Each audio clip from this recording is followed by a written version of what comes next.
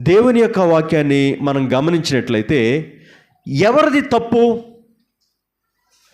చెప్పండి? ఎవరిదండి తప్పు? ఎవరిదంటే కేవలం తల్లిదండ్రులదే. అంటే వాళ్ళు ఎక్కడికి వెళ్ళారో అశ్రద్ధ, వాళ్ళు ఎలా ఉన్నారో అశ్రద్ధ. మీ పిల్లలేరండి అంటే ఏమోనండి అటు ఉన్నారు చూడండి ఏమండి అశ్రద్ధ. మందిరంలో మనకెందుకండి ఇవి? మందిరంలో మనకెందుకు చెప్పాలి ఇవి? టీవీలో చూస్తున్నారు, న్యూస్లో చూస్తున్నారు, చూసి విడిచిపెట్టేస్తున్నారు చాలామంది తల్లిదండ్రులు.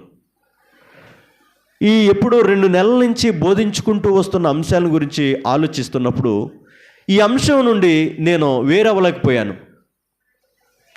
ఈ అంశం నుండి నేను పరిశుద్ధాత్ముడు దీన్ని బోధించమని చెప్పే ప్రేరేపణ నాకు ఇచ్చాడు.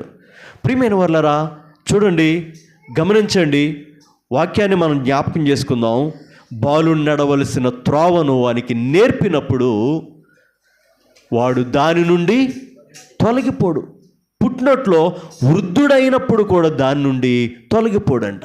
షద్రకు, మేషకు, అబేద్నెగోలు ఈ దేశము నుండి, యెరూషలేం ప్రాంతము నుండి బానిసలుగా వెళ్ళిన వారు అక్కడ ఆ సృష్టికర్తను మర్చిపోలేదు.